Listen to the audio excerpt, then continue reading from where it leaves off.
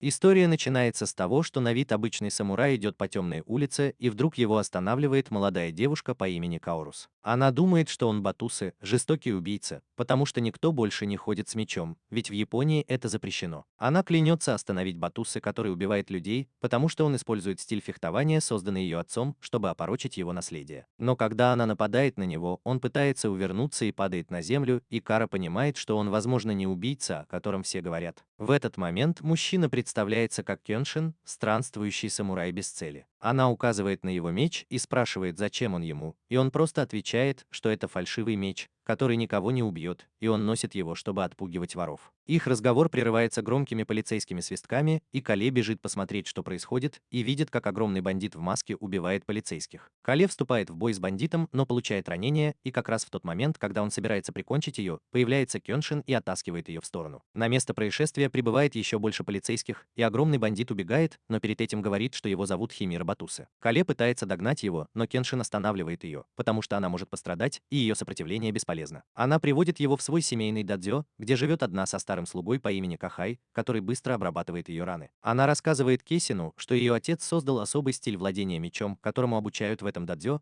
но Бату говорит, что бандит использует это имя, совершая убийство. Из-за чего все ее ученики разбежались, и поэтому она хочет остановить его. Кен говорит ей, что у нее нет шансов победить этого монстра, и советует ей отказаться от этой затеи, если она дорожит своей жизнью. Кай, похоже, с подозрением относится к одинокому самураю и советует Као никому не рассказывать о своих секретах, потому что люди могут этим воспользоваться. Через несколько дней, когда она была в городе за покупками, она вдруг увидела Кена на земле, а два полицейских пытались арестовать его за ношение меча. Она пытается уговорить офицера, но безуспешно, и Кхай подкупает полицейских, чтобы они отпустили мужчину. Кен благодарит ее и спрашивает, есть ли у нее еще какие-нибудь зацепки об убийце, но она отвечает, что ей сообщили о дадзё в нескольких милях отсюда, где убийца может скрываться со своей бандой. Кен смотрит на Кихея и спрашивает, откуда она его знает, и она рассказывает, что нашла его раненым на дороге и решила взять к себе как бездомного щенка. С тех пор он живет с ней как ее помощник и советник, но в последнее время он предлагает ей продать дадзё. Затем Као просит Кэнсина остаться у нее на ночь, но у него нет времени, и он говорит, что у него есть дела. В ту ночь он поднялся в дадзё, где, по мнению Као, находится убийца, и постучал в дверь, на что ему открыл пьяный самурай. Мужчина спрашивает Кена, какого черта ему нужно, и без колебаний Кен говорит, что он здесь из-за убийцы. Мужчина у двери в шоке, но тут же зовет своих приятелей, которые окружают Кена со всех сторон. Он побеждает их всех, но понимает, что гигантского фехтовальщика здесь нет, и он уже ушел, чтобы напасть на Као. В своем дадзё Као выпивает немного чая, приготовленного Хайбом, и он оказывается первоклассником и растлителем, который подсыпал ей в напиток, и она начинает терять сознание. Не теряя ни секунды, Кай начинает подталкивать ее продать додзё, и он утверждает, что документы готовы, так что ей просто нужно это подписать. Она отказывается это делать, но как раз в этот момент дверь додзё распахивается. И входит гигантский самурай с несколько других его подчиненных и снимает маску, чтобы показать, что он младший брат Кая. Као быстро понимает, что Кай обманывал ее с тех пор, как пришел к ней. Он пытался очернить репутацию ее додзё в надежде выгнать всех учеников, а затем силой выкупить это место. Большой грубиян подходит к Као, неловко одолевает ее, в то время как Кай надрезает ей палец, чтобы получить каплю крови,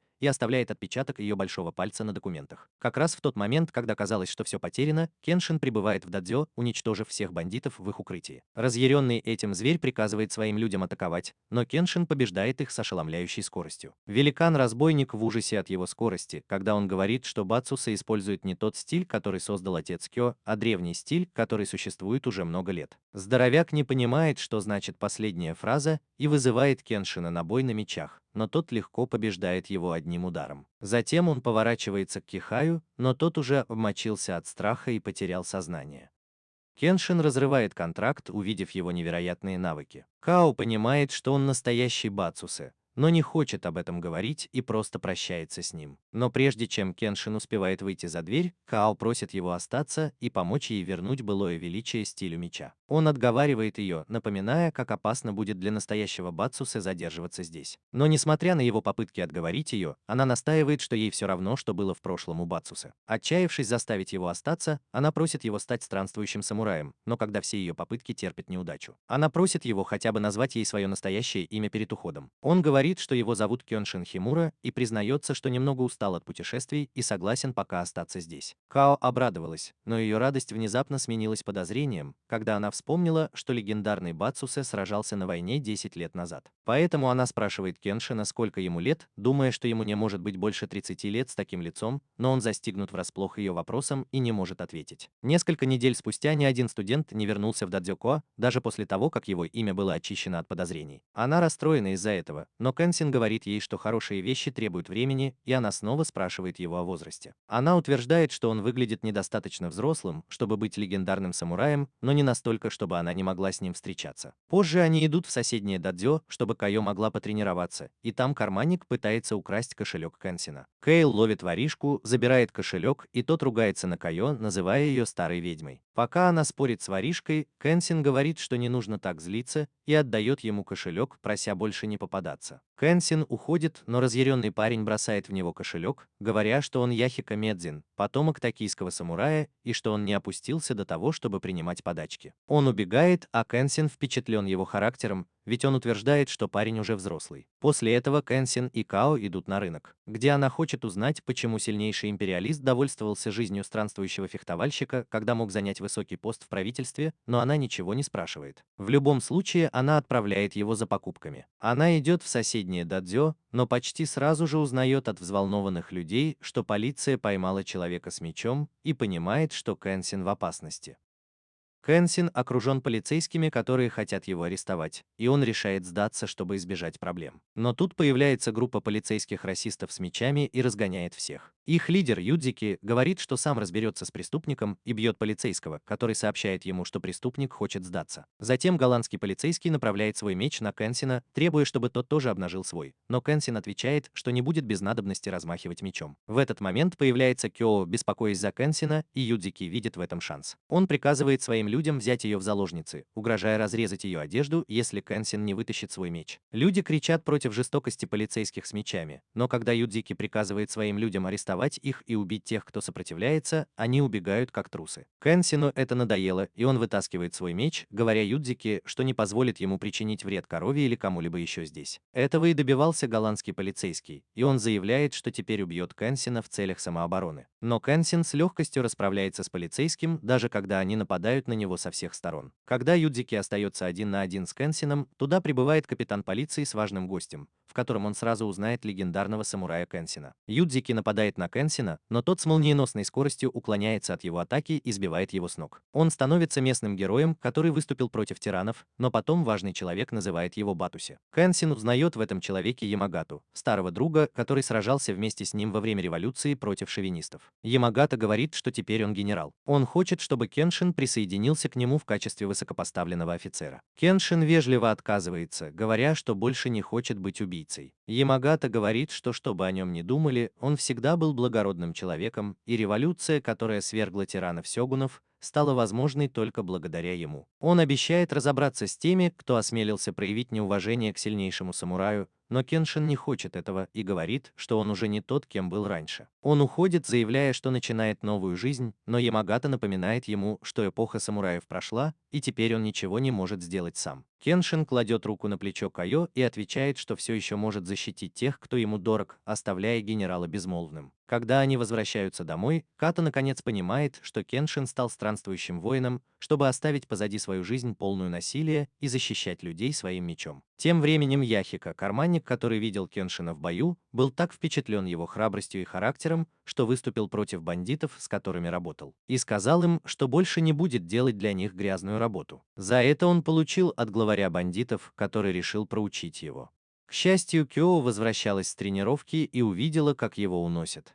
Бандиты отводят Яхика в свое логово и избивают его на глазах у главаря, но он все равно отказывается работать на них. Босс говорит мальчику, что он не самурай, независимо от того, сколько раз он утверждает, что он им является, и не может выжить только со своей гордостью. Эрига в ответ плюет на пол, и это приводит всех гангстеров в ярость. Они линчевали его, рассказывая, что его отец был бесполезным бунтарем, а мать продала свое тело и умерла от венерических заболеваний. Яхика не пропустил это замечание мимо ушей и укусил за яйца человека, который ругал его родителей. Он заявил, что оба его родителя были людьми с великим характером и честью, и никто из присутствующих здесь не понял бы их с их мозгами размером с горошину. Разъяренный гангстер уже готов ворваться в дом, как вдруг дверь распахивается и входит Кёншин. Он просто приказывает боссу отпустить парня, а когда разъяренный парень прерывает его, он одним быстрым ударом отправляет его на крышу. Кёншин поворачивается к боссу и говорит, что все его охранники повержены, и если он не будет сотрудничать, то присоединится к ним. Старик в ужасе от его ауры и соглашается позволить ему забрать мальчика. Затем Кеншин протягивает руку Йейка, который отталкивает ее и говорит, что ему не нужна ничья помощь, чтобы сражаться в своих битвах. Кеншин извиняется за то, что в очередной раз недооценил его, но затем поднимает его и убегает, сказав, что ему нужно сначала обработать свои травмы. Когда его несут, Яхика плачет и выражает свое разочарование из-за своей слабости, говоря, что он хочет быть достаточно сильным, чтобы защитить честь своих родителей. Поэтому, когда Кеншин достигает Дадзё Као, он знакомит ее с мальчиком и говорит ей взять его в ученики. Ни ему, ни ей это не нравится, и Яхика называет Као бумером, а она его айпадным ребенком. Но им обоим нужен ученик и учитель, поэтому они приняли друг друга. Яхика продолжает подкалывать Као даже после того, как они начали заниматься в дадзё, и отказывается признавать ее своим учителем. Вместо этого он просит Кеншина научить его, потому что тот самый сильный в округе,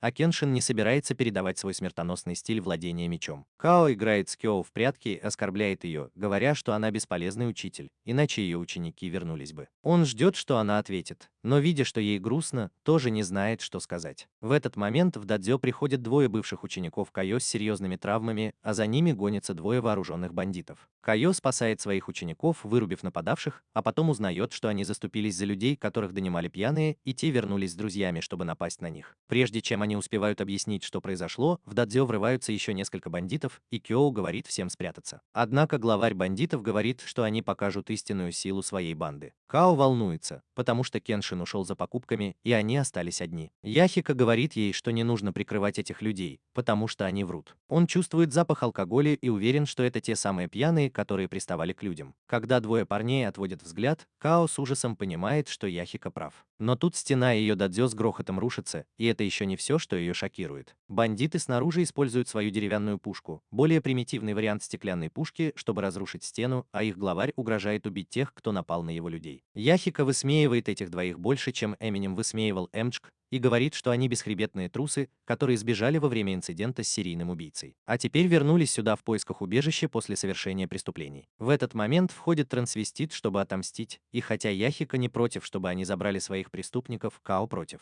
Она подходит и берет на себя ответственность за поведение своих бывших учеников и просит бандитов наказать ее, но простить ее троих учеников. Трансвестит уже готов был соблазнить ее, но Яхика пинает его ногой в лицо. Он возмущается, говоря, что ему не нужна ее защита и что она не должна нести все бремя одна. Теперь трансвестит в ярости и приказывает своим людям убить всех.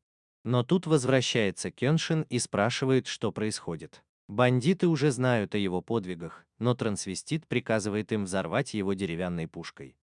Кеншин даже не вздрагивает, когда острым концом меча разрезает пушечное ядро пополам. Он приказывает бандитам убираться, и они тут же убегают, испугавшись его силы. Затем Кеншин говорит двум неудачникам, чтобы они никогда больше не возвращались сюда и не связывались с этим додзё. Позже Као все еще грустит из-за произошедшего и не чувствует себя лучше, когда Кеншин пытается ее подбодрить. Но Яхика говорит ей, чтобы она перестала думать о слабаках, потому что теперь у нее есть настоящий мужчина, который будет ее учить. Он заявляет, что с этого момента будет считать ее своей хозяйкой и просит помочь ему отремонтировать дадзё. Вскоре Нехика начинает серьезно тренироваться, но его отвлекает стук топора Кенсина. Он говорит ему, чтобы тот работал в другом месте, но тут приходит Кэо с хорошими новостями. Она показывает Кенсину и Яхика картину, нарисованную ее дедушкой, который был довольно известным художником, и говорит, что хочет продать ее, чтобы заработать денег на 10 лет вперед. Кэл хочет отпраздновать, что в их семье есть деньги, и ведет мальчиков в ресторан. Когда они садятся за стол, то видят трех пьяных мужчин, которые громко обсуждают демократию. Один из них бросает бутылку в своего друга, но промахивается и попадает в голову Кенсина. Яхика злится и просит пьяниц извиниться, но они слишком пьяны, чтобы его услышать. Хозяйка пытается их успокоить, но они бьют ее, и мужчина по имени Саносука Сагара нежно обнимает ее. Он называет этих троих пьяниц лицемерами, которые обсуждают демократию и издеваются над слабыми, и говорит, что любит ставить таких на место. Его слова действуют, и трое мужчин зовут его на улицу драться. Кенсин и его команда тоже выходят посмотреть на это. Санна просит пьяниц напасть на него первыми, и один из них бьет его в голову спрятанным шипом. Но его атака была так же бесполезна, как и удар Сакуры. Он надеялся проломить противнику голову, но вместо этого сам получил удар. Сана говорит, что может победить таких, как он, одним пальцем и доказывает это, отшвырнув его одним щелчком в лоб. Другой пьяница достает меч, но Кэнсин пугает его, говоря, что не допустит, чтобы дело дошло до драки. Испуганный мужчина уходит, а Сана спрашивает Кэнсина, в порядке ли его голова. Он знает, что Кэнсин видел атаку, но специально не уклонился, чтобы не задеть Као. Кэнсин говорит, что он его переоценивает, но Сана отвечает, что ему нравится его отношение и вызывает его на дуэль. Кэнсин отказывается, и мужчина уходит, размахивая письмом, написанным на его рубашке. Кэнсин и его друзья обсуждают, хороший он или плохой, когда к ним подходит хозяйка и жалуется, что он не заплатил по счетам. Правда в том, что Сана был наемником, которого Кай, слуга, предавший Као, нанял, чтобы убить Кэнсина. Сана не нравится предложенная плата, но когда Кахай узнает, что Кэнсин на самом деле Батосой, он радуется возможности сразиться с ним. Он тратит время на изучение прошлого Кэнсина, а затем идет прямо к нему. Кэнсин чувствует его боевую ауру еще до того, как Сана входит в ворота дадзё. Он идет ему навстречу и отказывается драться с ним, но Сана заявляет, что он здесь, чтобы убить легендарного Батосая. Он показывает тайный ход Кеншина, говоря, что работал на армию империалистов с 14 до 19 лет и был не только командиром мечников, но и наемным убийцей. Хотя только во втором случае он прославился как легендарный мечник. Затем он заявляет, что все империалисты – лицемеры, которые только проповедуют справедливость, набивая свои карманы. Поэтому он собирается победить Кеншина, самого сильного империалиста, в честном бою. Тем временем два брата-заговорщика ждут снаружи дадзё. Кахай уверен, что Сана проиграет Кеншину, но он рассчитывает, что тот ослабит мечника, и тогда он сможет прикончить его из револьвера. Однако Кеншин уже чувствует их злую ауру и зовет их наружу. Братья дрожат и потеют, Сена тоже говорит им выйти, и когда они оказываются перед ним, он отбирает у Кихая револьвер и ломает его, заявляя, что не позволит никакому неудачнику вмешиваться в их бой. Затем Седа поворачивается к Кеншину и говорит, что им нужно отойти подальше, чтобы он мог нормально сражаться. Они идут к реке, где он достает огромный меч, который все равно на несколько дюймов короче, чем его меч. Сана утверждает, что может сокрушить все своим мечом, и бросается на Кеншина, нанося мощный удар. Кеншин легко уклоняется от атаки и заходит за спину Сани, одним ударом сбивая его с ног. Но этого было недостаточно, чтобы вырубить Сану, который заявляет, что его истинная сила – это выдерживать сокрушительные удары, не дрогнув. Он говорит, что побеждает не тот, кто становится сильнее, а тот, кто не сдается. Но Кеншин говорит ему, чтобы он произнес эту речь, когда действительно победит. Сана объявляет начало второго раунда и бросается на Кеншина с огромным мечом. Кеншин уворачивается от его удара, а затем прыгает на меч, чтобы сбить Сана с толку. Затем он делает низкий выпад и наносит серию ударов по Сана, полагая, что даже он не выдержит столько ударов. Сана теряет сознание и понимает, что Кеншин не просто на другом уровне, он из другой галактики. Когда Сана начинает терять сознание, он вспоминает события, которые изменили его жизнь. 10 лет назад он путешествовал с армией Сёкио, отрядом революционеров-империалистов, которые ходили по Японии, привлекая людей на свою сторону обещаниями лучшей политики после прихода к власти. Их лидер Сагара был самым благородным и добрым человеком, который стремился к истинному равенству. Сана восхищался капитаном и хотел, чтобы его фамилия была известна в мире, где даже простолюдинам разрешат брать фамилии. Но однажды они узнали, что фракция империалистов отказалась от своих обещаний и, чтобы избежать последствий, объявила армию Сёкио фальшивой и распространяющей ложь. Сагара решил вернуться в штаб, чтобы обдумать стратегию, оставив Сана и другого мальчика его возраста. Вскоре Сана принес ужасные новости о своем капитане и узнал, что тот был казнен империалистами, чтобы избежать последствий. В тот день Сана понял, что империалисты были лицемерами, которые использовали и предали его отца. Он поклялся отомстить им, и эта мысль придала ему сил, когда он снова поднялся, чтобы сразиться с Кеншином. Сана заявляет, что не может проиграть и победит всех империалистов ради чести армии Сёкио. Услышав это имя, Кэнсин растерялся и ослабил бдительность, чем позволил Сао нанести ему удар. Кахай ждал этого момента и выстрелил в Кэнсина, сказав Сана, что у него не один пистолет. Но хотя казалось, что Кэнсин получил пулю, он заблокировал ее гардой своего меча. Као с облегчением видит, что ее будущий муж в безопасности, и падает на колени. Кай решает использовать ее против Кэнсина и направляет на нее пистолет, приказывая брату поймать ее. Но Сана бросает свой меч в великана, рассекая ему нос и говоря, чтобы тот не вмешивался в их бой. Затем Кэнсин смотрит на Кахая, который достает еще один пистолет, чтобы выстрелить в него, но Кэнсин использует против него свою смертоносную комбинацию, контролируя силу удара так, чтобы не убить его. Кахай корчится от боли, и Кэнсин говорит, что такие люди, как он, заслуживают, чтобы на их спинах было написано слово «зло», как и такие империалисты, как он. Сана просит его вернуться в бой, и Кэнсин направляет на него острый край своего меча. Сана раскручивает свой гигантский меч, чтобы придать ему центробежную силу, а Кэнсин принимает боевую стойку. Они оба сталкиваются, и меч Кэнсина рассекает оружие Сана. Затем он подпрыгивает и наносит решающий удар по голове Сана, но тот все еще стоит. Кэнсин утверждает, что он самый сильный противник, с которым он когда-либо сталкивался, но заявляет, что бой окончен. Однако Сао все еще упрямо твердит, что не проиграет имперской свинье. Кэнсину надоело его нытье, и он бьет его, говоря, что армия Секита учила его не мести, а революции. Сана отказывается слушать бывшего империалиста, но Као и Яхика встают на сторону Кеншина, говоря, что он хороший человек и больше не империалист. Затем Кеншин подходит к нему и говорит, что хотя революция удалась и правительство сменилось, есть люди, которые до сих пор страдают от несчастий прошлого, и он хочет сделать их счастливыми. Он утверждает, что это его способ искупить все свои преступления как плохого Саи, и Сана чувствует, что он такой же, как его праведный капитан. Он падает на колени и признает свое поражение. На следующий день Кеншин немного расстроен из-за своего прошлого и слов Сана, поэтому Као снова приглашает его на обед. Но когда они приходят в ресторан, они видят, что Сана снова дерется с тремя пьяницами. Он говорит Кеншину, что его характер не изменится так легко и что он никогда не простит империалистов.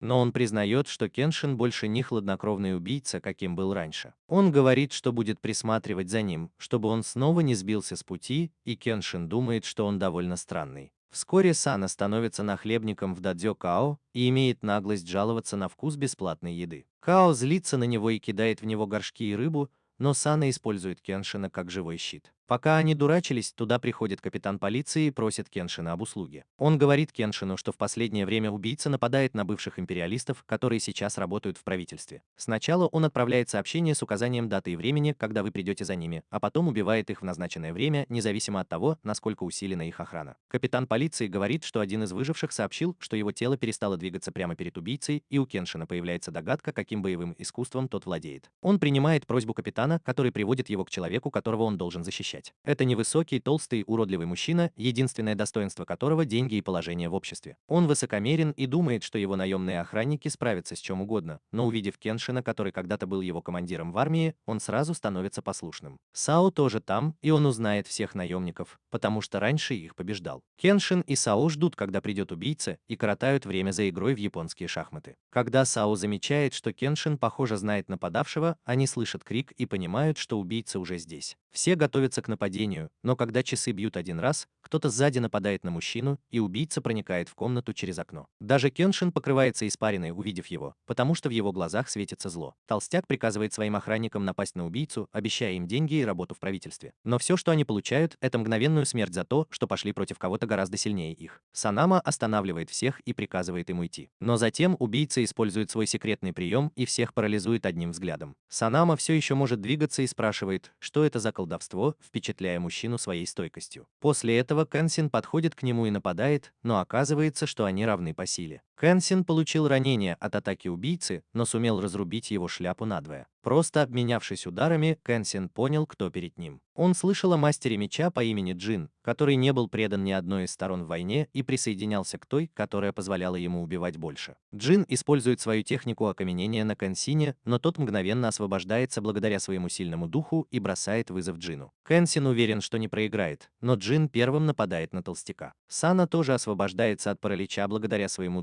духу и ломает меч Джина, прежде чем тот успевает кого-то убить. Джин ранит Сана в руку сломанным мечом, и, воспользовавшись этим, Кэнсин ранит его, разрушив его чары над остальными. Джин уходит, сказав Кэнсину, что оставит толстяка в покое, и что он станет его следующей целью. Он подстрекает Кэнсина раздобыть настоящий меч, чтобы сразиться с ним в следующий раз, прежде чем уйти. Когда Кэнсин возвращается домой, он объясняет Сана, что заклинание паралича было не магией или трюком, а просто гипнозом, подавляющей уверенностью и аурой меча, которая могла заморозить тех, кто слабее заклинателя. Сана думает, что Джин сам вырыл себе могилу, бросив вызов сильнейшему. Но Кэнсин не так уверен, потому что, хотя он никого не убивал последние 10 лет, Джин много тренировался. Затем Кэнсин говорит Сана, что собирается закончить эту битву в одиночку, и просит присмотреть за Кёо и Яхика. Сана возвращается в дадзё и будет Као, который волнуется, узнав обо всем, что произошло. Она хочет найти Кеншина не потому, что боится, что он проиграет, а потому, что чувствует, что после победы в этом бою он уйдет в путешествие. Сана пытается остановить ее, говоря, что это практически самоубийство, но она отвечает, что это лучше, чем остаться одной, когда Кеншин бросит ее. Она убегает в слезах. Кеншин ждет Джина у реки, когда замечает странную ауру, но замирает, когда понимает, что она исходит от Као. Она говорит, что Сана все ей рассказала, и она хочет остаться с ним. Кеншин отвечает, что не может сражаться, защищая ее, и просит ее уйти. Као соглашается, но дает ему свою любимую ленту в качестве талисмана на удачу и просит вернуть ее после победы, чтобы он не отправился в путешествие. Кеншин обещает не оставлять ее, и она счастлива, но тут внезапно Джин уносит ее, зловеще улыбаясь. Кеншин может отреагировать только так, как я, когда увидел это, и у него отвисает челюсть, когда он осознает, что произошло. Он яростно преследует Джина, который просит его разозлиться сильнее, потому что его женщину похитили. Он бросает Кеншину письмо, в котором просит его вернуться к своему настоящему «я» и сразиться с ним по-настоящему. Кеншин читает письмо и разрывает его, когда добирается до указанного в нем места. Као пытается подразнить Джина, говоря, что он трус, который не может сражаться с Кеншином без заложницы, но тот отвечает, что все наоборот. Он утверждает, что сейчас Кеншин — это лишь десятая часть его прежнего «я», и он хочет разозлить его, чтобы пробудить его настоящие способности. Он рассказывает девушке, как 10 лет назад видел Кеншина на войне. Он был в элитном отряде самураев Синсен-Юни. Кеншин в мгновение ока убил 3 сильнейших самураев из элитного отряда,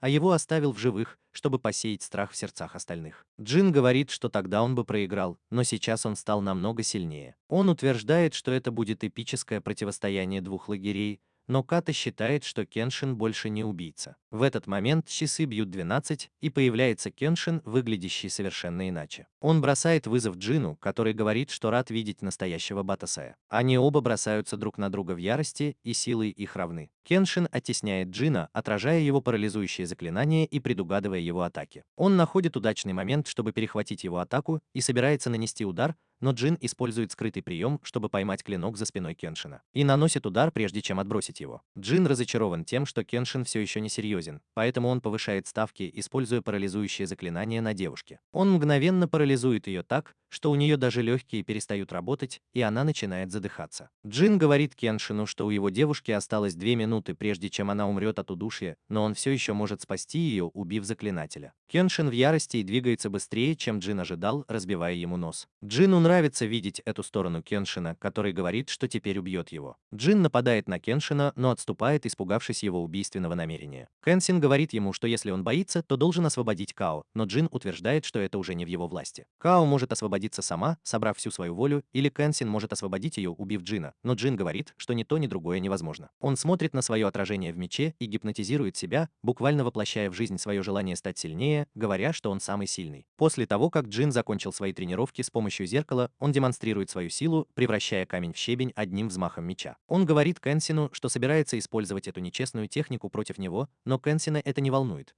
потому что он уже сказал, что собирается убить Джина, и теперь даже бог не сможет его спасти. Кенсин принимает боевую стойку, и Джин в ужасе, потому что знает, что это стойка, используемая для техники молниеносного удара мечом, которая убивает врага одним быстрым взмахом, прежде чем тот успевает среагировать. Однако он все еще продолжает свои самоуговоры и убеждает себя, что сможет увернуться. Он бросается к Кенсину, думая, что из-за тупого меча его удар будет медленнее, и он сможет увернуться от его смертельной атаки и нанести ответный удар. Кенсин атакует Джина, когда тот подходит ближе, но Джин едва уворачивается и контратакует. Однако Кенсин тоже достает меч из ножен и ломает Джину руку в локте. Джин падает на землю, и Кенсин говорит ему приготовиться к смерти, направляя острый конец меча на него, утверждая, что у него нет другого выбора, кроме как снова стать убийцей, чтобы спасти Као. Као беспокоилась за него и не хотела, чтобы Кеншин снова кого-нибудь убил. Она изо всех сил звала его по имени, и благодаря силе любви чары рассеялись. Кеншин остановился, услышав ее крик, и бросился к ней, а она была счастлива, что смогла остановить его, прежде чем он снова превратился в убийцу. В этот момент за спиной Кеншина появился Джин с мечом наготове и сказал, что не ожидал, что женщина сможет освободиться от его чар. Кеншин сказал ему, что бой окончен и что ему лучше дождаться полиции, но Джин ответил, что не собирается сдаваться. Кеншин поднял меч, чтобы напасть на него, но Джин внезапно вонзил меч себе в грудь. Он сказал потрясенному Кеншину, что это последствия его действий. Он сказал, что работал на правительство и убивал людей, которые не хотели служить в армии. Он сказал Кеншину, что никто не может избежать пути кровопролития, если ступил на него. Но тот, кто убивает, не имеет права выбирать цель, и он совершил ошибку, бросив вызов Кеншину, что и привело к его падению. Джин улыбнулся Кеншину и сказал, что убийство остается убийством, пока он не умрет, и что он будет таким же. Он сказал, что будет наблюдать за ним из ада и смотреть, как долго он сможет притворяться бродячим самураем. Джин умер, а Кеншин решил оставить все полиции и вернулся домой с Као. Она поблагодарила его за то, что он спас ей жизнь, а он поблагодарил ее за то, что она остановила его, прежде чем он убил Джина. Кенсин возвращает ей ленту, как и обещал, но она испачкана в крови, и Кёу в ярости бросается за ним вдогонку. После этого они возвращаются в дадзё, и Кенсин продолжает думать о словах Дзина. Он хочет сказать ему, чтобы тот присматривал за ним из ада. Даже если он и правда убийца, он клянется сдерживать себя всю жизнь и быть просто странствующим мечником, который никого не убивает. Их жизнь возвращается в привычное русло, и однажды Кёу узнает от Яхика, что Кенсин и Сао пошли играть в азартные игры. Сао практически заставил Кенсина пойти с ним, чтобы тот мог использовать свои навыки наблюдения и предсказывать результаты бросков костей. Кенсин каждый раз угадывает правильно. Пока Сана развлекается, обыгрывая своих друзей, он узнает, что один из его друзей умер от передозировки наркотиками. Он в ярости из-за всего этого, но тут в их дом врывается женщина, спасаясь от преследователей. Она видит, что у Кенсина меч, и сразу же хватается за него, понимая, что он здесь главный. Она просит его спасти ее от каких-то злых людей, которые пришли за ней в тот же момент. Сана уже был зол из-за наркотиков и ударил двоих мужчин по лицу, велев им убираться. Мужчины пригрозили ему, что они из частной армии самого влиятельного бизнесмена в округе, и ему не стоит с ними связываться. Сане все равно, и он бьет их по лицу, но его друзья в шоке, узнав, что эти люди работают на бизнесмена Канрю, известного своими темными делишками и влиянием. Кеншин спрашивает девушку, не является ли она подругой Канрю, но она отвечает, что не имеет к нему никакого отношения. В этот момент чей-то дрожащий голос зовет ее Мегуми и говорит, что врать нехорошо. Все в шоке, когда видят, что голос принадлежит человеку, похожему на гоблина, который пробрался в комнату незамеченным. Мегуми говорит, что она не девушка Кану, и пытается вырваться из его хватки, но гоблин смеется и говорит, что это невозможно. Двое мужчин бросаются на него, но он стреляет в них из пальцев, как из пистолета, и ранит их. Затем он собирается выстрелить в Мегуми, но Кеншин переворачивает коврик, чтобы прикрыть ее, и блокирует пули ножнами. Гоблин собирается напасть снова, но Кеншин и Сана вырубают его. Мегуми впечатлена их силой, особенно Кеншина, и просит защитить ее от Канрю, обещая заплатить наличными или натурой. Сана яростно хватает ее за руку, требуя, чтобы она все подробно объяснила, потому что двое его друзей пострадали из-за нее. Она вырывает руку, и из ее рукава выпадают какие-то пакетики. Один из мужчин узнает в них наркотики, которые набирают популярность на рынке. Тем временем Као спрашивает, почему Кеншин еще не вернулся, и Яхика говорит, что он либо выиграл много, либо все проиграл. Он предполагает, что Кеншин, возможно, вернется и будет ходить в одном нижнем белье, если проиграет, и Кёйл краснеет, представляя это. В этот момент она слышит голос Кеншина и выбегает на улицу, чтобы поприветствовать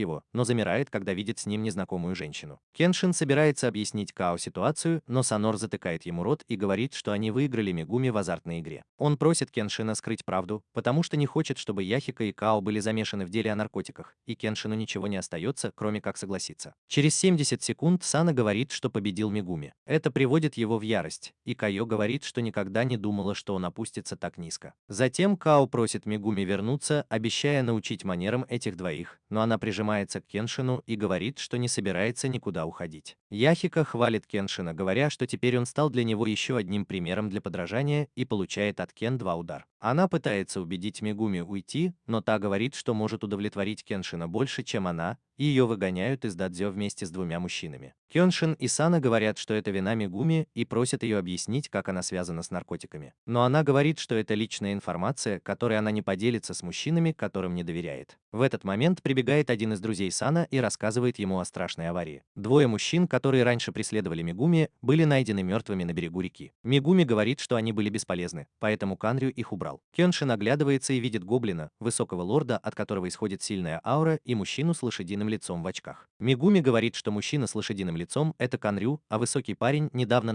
нанятый лидер его второй группы охранников. Она говорит, что это гениальный ниндзя, возглавляющий печально известную бригаду ниндзя, известную как 101 Баншу. Кеншин понимает, что враги, с которыми они столкнулись, опасны, и они не могут оставить Мегу одну, даже если она не может объяснить им причины. Позже ночью Кеншин собирает информацию о вражеской армии, а Мегу рассказывает рассказывает ему все о стражниках Камру, но она уверена, что даже Кёншин не сможет справиться с ниндзя Онуа. Пока они разговаривают, Као готовит ужин на улице и сама говорит ей, что это не очень хорошая привычка. Као смущается и говорит, что если так пойдет и дальше, то ее могут украсть, но сама гладит ее по голове и говорит, что ничего подобного не случится. Он уверяет ее, что Кёншин дал женщине столько времени, потому что она нуждается в помощи, а Кёншин слишком добр, чтобы отказать ей. В этот момент Кёншин выходит и передает Сана список вражеских сил, говоря, что ниндзя должно быть уже узнали о дадзё и могут напасть в любой момент. Он обещает защитить Као в отличие от прошлого раза, и она краснеет, требуя объяснений, когда все закончится. Вдруг из-под пола выскакивает Ягика и говорит, что спрятался там после ужина и все слышал. Он возмущается, что его не взяли в команду Кеншина, и говорит, что тоже будет сражаться вместе с ними. Пока Яхика и Сана ссорятся, Мегуми вспоминает, что у нее тоже были друзья и семья, как у них. В этот момент ворота дадзё сотрясаются от взрыва, и все выбегают наружу, чтобы увидеть, что младший брат Карди Великана прорвался через ворота и требует, чтобы Кеншин вернул Мэгу. Сана решает сразиться с Карди, потому что ему нравится драться с теми, кто больше его, но Кеншин предупреждает его, чтобы он был осторожен с уловками. Сана бросается на Карни, уворачивается от его первой атаки, а затем наносит ему сильный удар в живот. Но Карни только этого и ждал. Он делает вдох, как моя учительница йоги, выдыхает и издает звук, похожий на шипение, выпуская огонь. Сана под огнем, но едва уворачивается, а затем Кеншин решает вмешаться и разобраться с Титаном-карликом и его цирковыми трюками. Карни выпускает в него огонь, но Кеншин рассекает его, к всеобщему удивлению. Пока Карни продолжает атаковать его огненным дыханием, Кеншин продолжает его рассекать, а Мегуми пытается убежать, воспользовавшись этим замешательством. Као останавливает ее, говоря, что она должна посмотреть на бой Кеншина, потому что он делает это только для того, чтобы защитить ее. Мегуми отвечает, что он не сможет победить огнедышащего гиганта, но Као говорит ей подождать и посмотреть. У Карни заканчивается бензин, а Кеншин все еще не пострадал от огня, и Мегуми понимает, что он действительно необычный мечник. Мужчина выпивает бензин, чтобы пополнить запас топлива в своем желудке, и прежде чем Кеншин успевает его остановить, Саму выходит вперед и заявляет, что может закончить бой, потому что теперь он понял его трюк. Карни выпускает огненное дыхание на полную мощность, уверенный, что никто не сможет от него увернуться, но Сана бросается в огонь. Он засовывает кулак в рот Карни и вытаскивает топливный бак из его живота, говоря, что теперь он не сможет победить. Карни бросает эти слова в ответ Сана, говоря, что он не сможет победить с такой раненой рукой,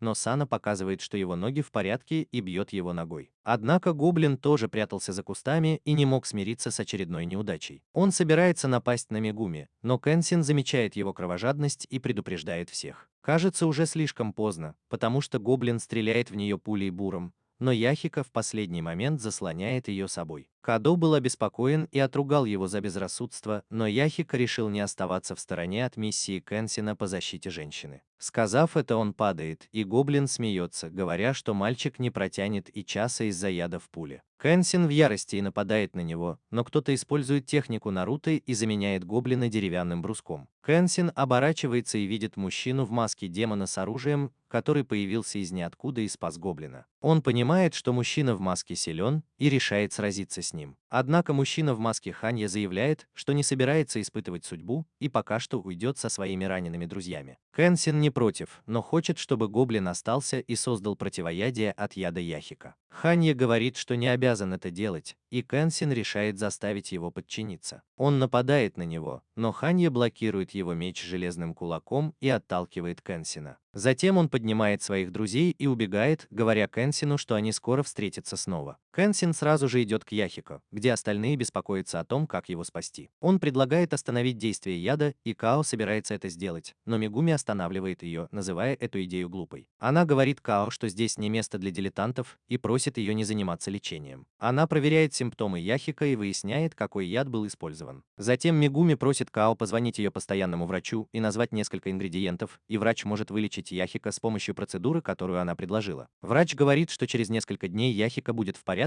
и добавляет, что тот, кто написал рецепт противоядия, должен обладать огромными знаниями в области японской западной медицины. Когда он слышит, что это сделала женщина, его глаза расширяются, и он спрашивает, как зовут эту женщину. Као и Сана удивляются и спрашивают, откуда он ее знает. Врач говорит, что Мегуми принадлежит к одной из самых известных медицинских семей в Японии. Ее отец был гордостью семьи, и он даже учился за границей. Но потом началась война, и его призвали на службу. Он погиб на войне, а остальные члены семьи пропали без вести, оставив юную Мегуми одну. Она приехала в Токио и стала помощницей врача, но 3 года назад врач умер, и с тех пор она пропала. Старый врач хочет познакомиться с таким гением, как она, но Као и Сана понимают, что давно не видели Мегуми. Мегуми пыталась убежать, пока все были заняты, но Кэнсин остановил ее и спросил, куда она идет. Она пыталась увильнуть от ответа, но Кэнсин попросил ее рассказать правду о себе. Мегуми рассказывает ему о своей жизни в детстве, а потом переходит к рассказу о докторе, на которого она работала. Оказалось, что он работал на Каару. Он был для Каару Уолтером Уайтом и создавал для него наркотики. Но однажды он создал их шедевр, который принес столько денег, что между Каару и ним начались разногласия. Каару убил доктора и похитил Мегуми, потому что она была его помощницей и знала, как делать этот чертов наркотик. Мегуми плачет и говорит, что хотела только одного – жить достаточно долго, чтобы найти свою семью, работая в медицине. Но когда узнала, что создает смертельный наркотик, захотела умереть. Кёншин утешает ее, говоря, что она и так достаточно долго страдала в одиночестве, и теперь он будет ее защищать. Он просит ее остаться здесь. Хотя Мегуми сомневается, Кёо приходит и говорит, что она должна остаться здесь. Кёо говорит, что знает, каково это быть одной,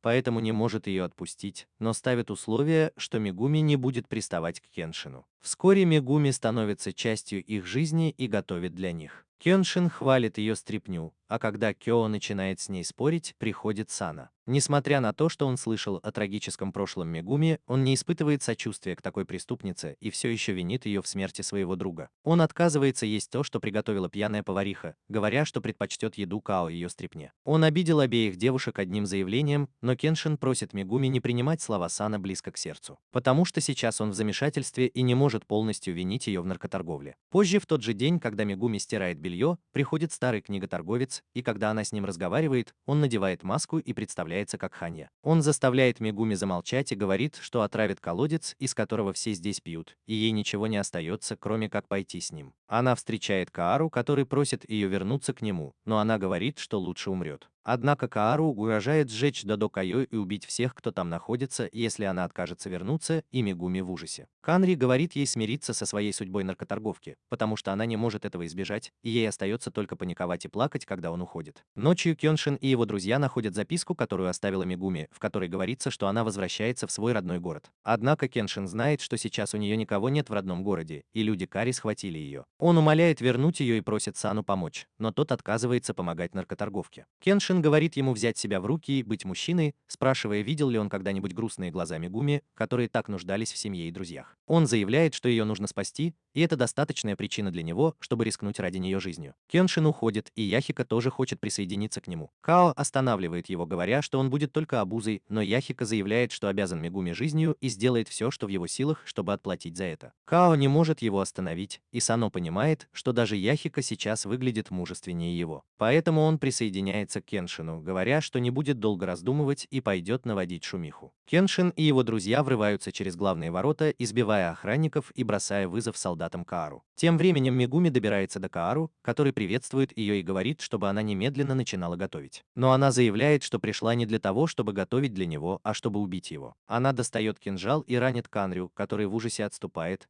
но когда Мегуми собирается ударить его в сердце, кинжал исчезает из ее руки. Гениальный ниндзя Аши забирает его, и Канрю, чувствуя себя в безопасности, избивает Мегуми до потери сознания. Затем он просит Аши позвать его экспертов попыткам, чтобы они выпытали у нее рецепт, но Канрю просит Аши прислушаться к тому, что происходит снаружи. Снаружи Кеншин расправляется с головорезами Канрю, а Сано тоже устраивает хаос. Яхика сопротивляется, но даже после того, как Сана спасает его, он все равно ведет себя так, будто он здесь второй по значимости. После того, как все мечники повержены, появляются стрелки, и Кеншин уничтожает первую группу, прежде чем они успевают выстрелить. Их главарь остается и приказывает своим людям снова стрелять в Кеншина, но Сана бросает в него Яхика и сбивает с ног. Когда мужчина поднимается, он видит, что Яхика отвлек его пистолет, используя навыки, полученные на предыдущей работе. Яхика направляет пистолет на мужчину, который от страха обмочился и потерял сознание. Другие стрелки окружают Яхика, но Кенсин и Сану спасают его. Кари с недоверием наблюдает, как его охранники падают без сознания, и задается вопросом, почему Кенсин так старается ради Мегуми. Однако Аши знает, что Кенсин легендарный Батосей, и таким людям, как он, не нужны сложные причины, чтобы следовать своим идеалам. Он хочет сразиться с легендарным мечником в честном бою, как лидер ниндзя Онна Баншу. Кенсин выходит из дома и просит испуганного Канрю немедленно вернуть Мегуми. Канрю в ужасе, но потом начинает смеяться и предлагает нанять Кенсина и платить ему зарплату, как у генерального директора Google. Кенсин просто просит его вернуть Мегуми, и Аши советует своему боссу отказаться от покупки его услуг. Канрю сдается и просит Кенсина подождать час, чтобы подготовиться к будущему, прежде чем вернуть Мегуми. Кэнсин убирает меч в ножны и уходит, давая Канрю надежду, что он успеет помучить Мегуми и выведать у нее рецепт.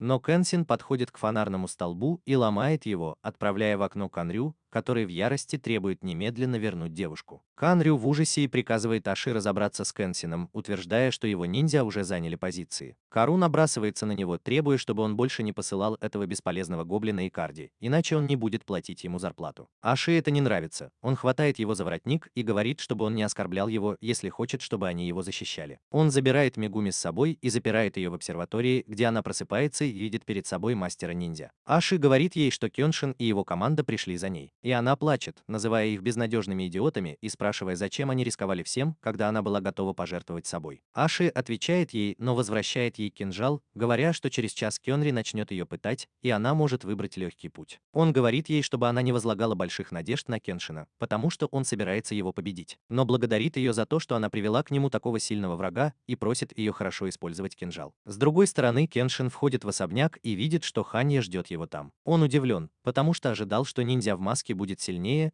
но Ханья говорит, что это не имеет значения, потому что им все равно придется сразиться. Ханья бросается на Кеншина и успешно наносит несколько ударов. Дахика кричит на него как надоедливый фанат и просит его предугадывать его атаки и уклоняться от них. Кеншин говорит, что он изо всех сил старается предугадывать движения Ханьи, но его руки, кажется, удлиняются, когда он наносит удар. Ханья говорит Кеншину, что он уже под его чарами и что он не сможет победить его, не разрушив их. Кеншин заявляет, что он разрушит чары первым и принимает странную стойку, держа меч прямо перед собой. Ханья знает, что эта техника подобна железной стене, которая обеспечивает отличную защиту. Он насмехается над Кеншином, чтобы тот сделал брешь в своей стойке, но Кеншин становится как статуя и даже не отвечает. Ханья разозлился и бросился на Кеншина, который заметил его уловку в последний момент и увернулся от удара. Кеншин сказал, что горизонтальные полоски на руках Ханьи делали их на дюйм короче, и он использовал это, чтобы обмануть его. Он измерил длину своей руки мечом, и когда он это сделал, то легко смог победить Ханью. Ханья встает и хвалит его за анализ, но его маска ломается, и все понимают, что было бы лучше, если бы она не сломалась. Он выглядит точно так же, как моя бывшая без макияжа, только у него нет ни кожи, ни губ, ни даже скул. Ханья говорит, что он сделал это, чтобы стать шпионом, который может с легкостью менять лица. Он рассказывает историю своей жизни, говорит, что родился в бедной стране, где было принято убивать и воровать,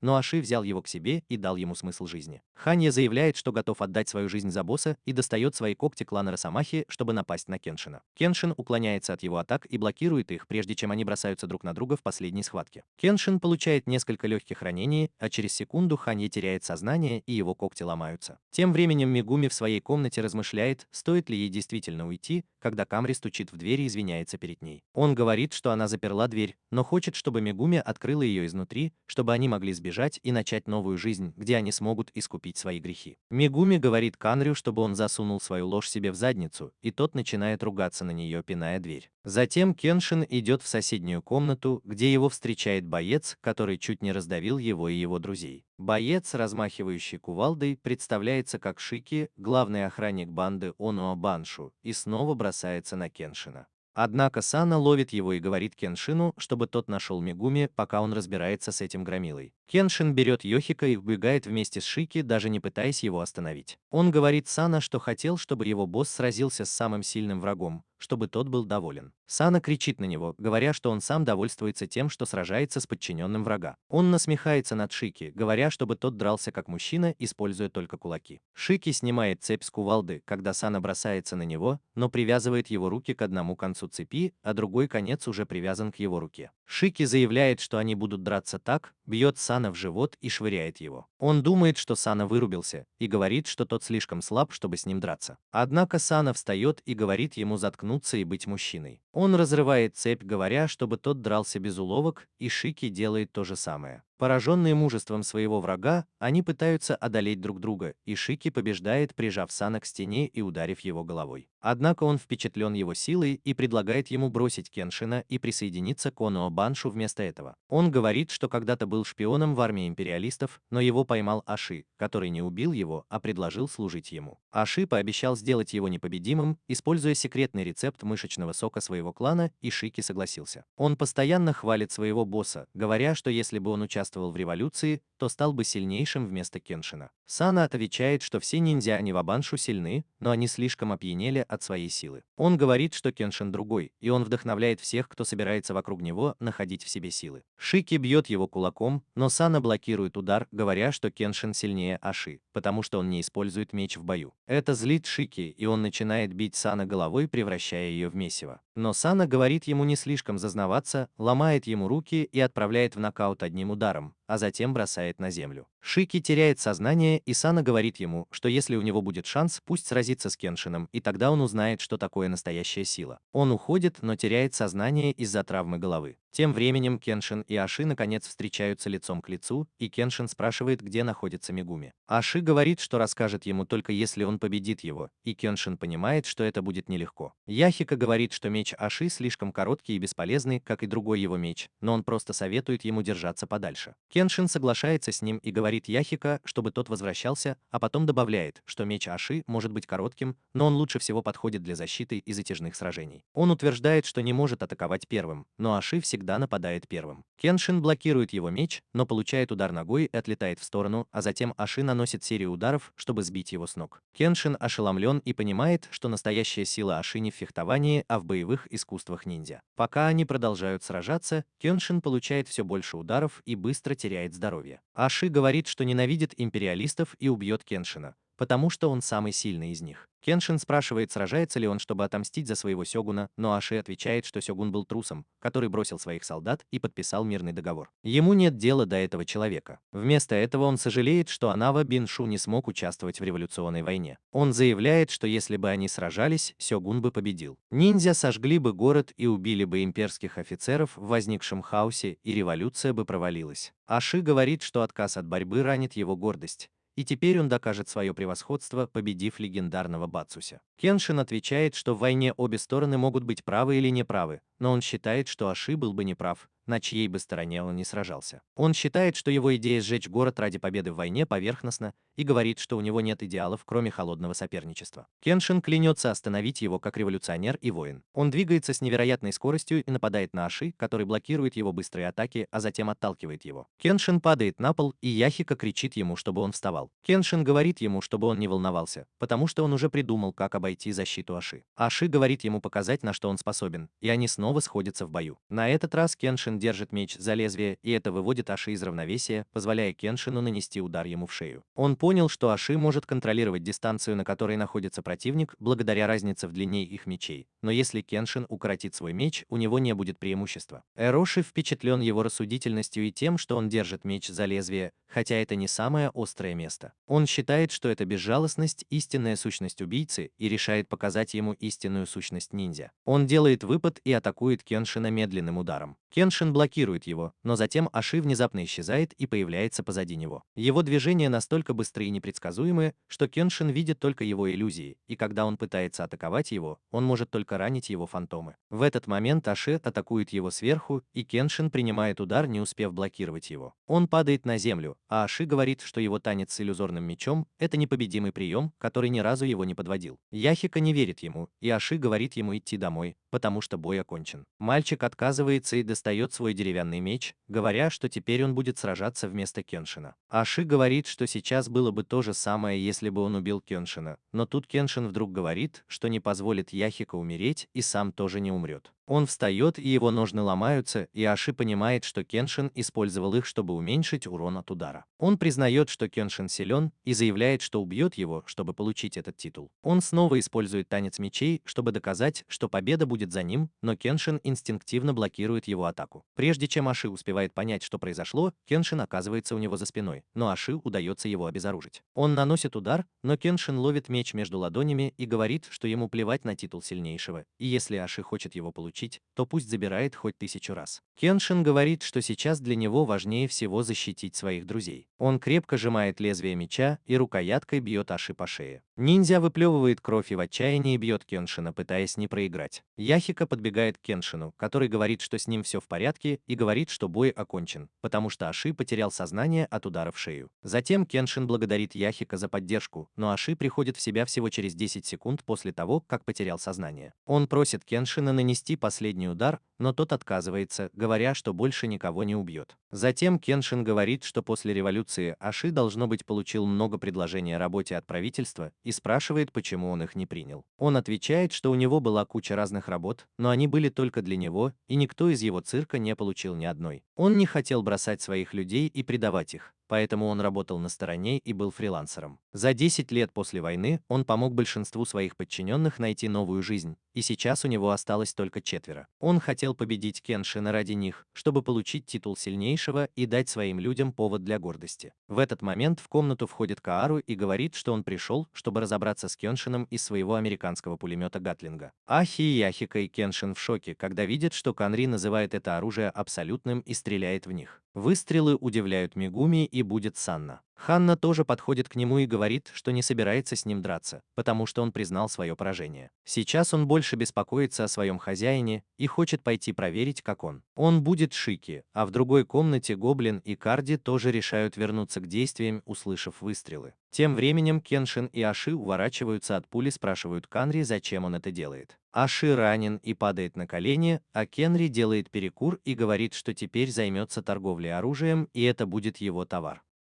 Он смеется, говоря, что разбогатеет, как Тони Старк, продавая оружие, и Кеншин приходит в ярость, спрашивая, сколько жизней ему придется разрушить, чтобы утолить свою жадность. Кенрю просто насмехается над ним, говоря, что ни убийца, ни ниндзя не сравнятся с силой денег. Он произносит 3-минутную речь о том, почему деньги – самая великая сила в мире, прежде чем снова прицелиться. Но тут появляются Инсана, Шики и Ханья, и Шики бросается на перерез пулям, чтобы защитить своего раненого босса. Кеншин бежит в противоположном направлении, и Карри не знает, в кого стрелять. Он решает сначала выстрелить в Аши, но Шики бросается под пули, чтобы защитить его. Он закрывает раны, и все в ужасе смотрят, как он падает на колени. Шики говорит Аши, что он доволен жизнью, которую прожил, и смертью, которую выбрал. Он рад, что использовал свои непобедимые мышцы, чтобы защитить босса, но теряет последние силы и умирает. Кей собирался выстрелить снова, но тут подбегает Карди и говорит, что если он выстрелит в него, то масло в его животе загорится и обожжет его. Кенрю решает выстрелить ему в голову, но когда Карди падает, он оставляет все на Гоблина, который прячется в бочке у него за спиной. Гоблин вылезает из бочки и стреляет в Кенрю своей пулей буром, но тот отбивает ее и убивает Гоблина. На последнем издыхании Гоблин Карди извинился перед Аши, сказав, что они были самыми бесполезными из его подчиненных до самого конца, и это разбило ему сердце.